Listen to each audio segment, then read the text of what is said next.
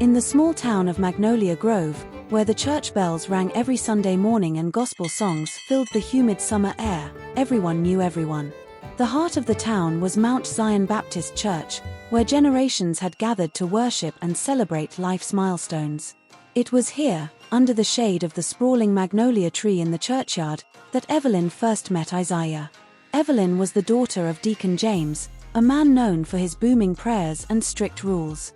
She was soft-spoken, with deep brown eyes and a voice that could melt even the hardest heart when she sang in the choir.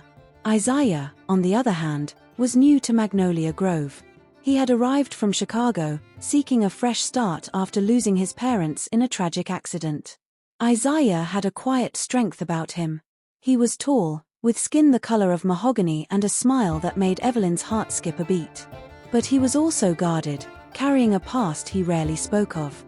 One Sunday after service, Evelyn found herself lingering under the magnolia tree, her hymn book clutched tightly in her hands. Isaiah approached, his steps hesitant but purposeful. "Your voice," he began, his baritone voice rich and steady, "it's like, it carries something more than just the notes." Evelyn blushed, unsure of how to respond. "Thank you," she said softly. "I sing for the Lord." Isaiah nodded, his eyes meeting hers. "That's what makes it so powerful." And just like that, a connection sparked. As weeks turned into months, Isaiah and Evelyn grew closer. They spent long afternoons talking under the magnolia tree, sharing stories and dreams. Evelyn spoke of her desire to help the community, to open a school for children who had no access to education. Isaiah, in turn, revealed his struggles with faith after losing his parents and his hope that coming to Magnolia Grove might help him find his way back. But not everyone was pleased with their budding romance. Deacon James, ever protective of his daughter, was wary of Isaiah. "He's a good man, I'm sure," he told Evelyn one evening, "but the boy has too much baggage. You need someone who can lead, not someone who's still finding his path."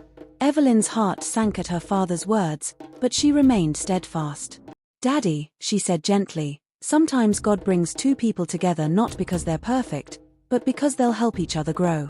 One stormy evening, as thunder rumbled in the distance, Isaiah and Evelyn sat on the porch of her family's home. He seemed troubled, his usual calm replaced with a restlessness she couldn't ignore. "I need to tell you something," he said, his voice heavy. "Before I came here, my life was a mess. I got involved with the wrong crowd in Chicago. I made mistakes, things I'm not proud of. Coming here was my way of starting over."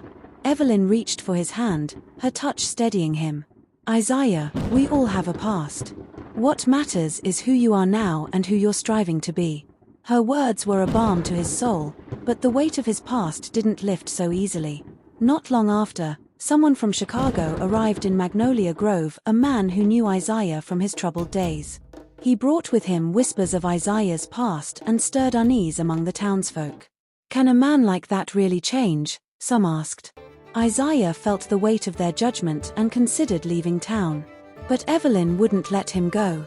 "Isaiah," she said one evening under the magnolia tree, "do you think God's grace is only for people who've never made mistakes? If that were true, none of us would have hope. Your past doesn't define you. Your faith does." Isaiah found strength in Evelyn's unwavering belief in him and began to confront his past. He reached out to the man from Chicago, not to fight, but to seek forgiveness and make amends. His courage inspired the townsfolk, who slowly began to see him not as a man with a dark history, but as someone transformed by grace. Evelyn's father, Deacon James, also began to soften. He watched Isaiah tirelessly work to fix the church's roof after a storm, volunteer to mentor troubled boys in the community, and stand beside Evelyn as her most vocal supporter when she opened her small school in the church basement. One Sunday morning, after service, Deacon James approached Isaiah. "You've proven yourself to this town, and more importantly, to me. If my daughter believes in you, then I do too." Isaiah's heart swelled with gratitude. Months later, under the very magnolia tree where their love had begun, Isaiah got down on one knee. The church bells rang in the background as he held Evelyn's hand. "Evelyn," he said, his voice steady but filled with emotion, "you've been my light when I was lost, my anchor when I felt adrift. Will you marry me and let us walk this journey of faith and love together? Tears streamed down Evelyn's face as she nodded. Yes, Isaiah. 1,000 times yes. Their wedding was the talk of Magnolia Grove.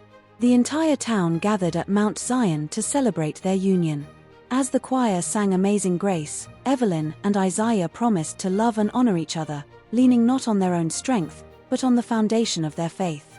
Years later, Isaiah and Evelyn were known as pillars of Magnolia Grove. Their love story inspired countless others, a testament to the power of grace and redemption. Under the magnolia tree, where it all began, they often sat hand in hand, their laughter mingling with the rustling leaves. And though storms still came and life was not without challenges, their love, rooted in faith, stood firm, a living example of God's ability to make all things new.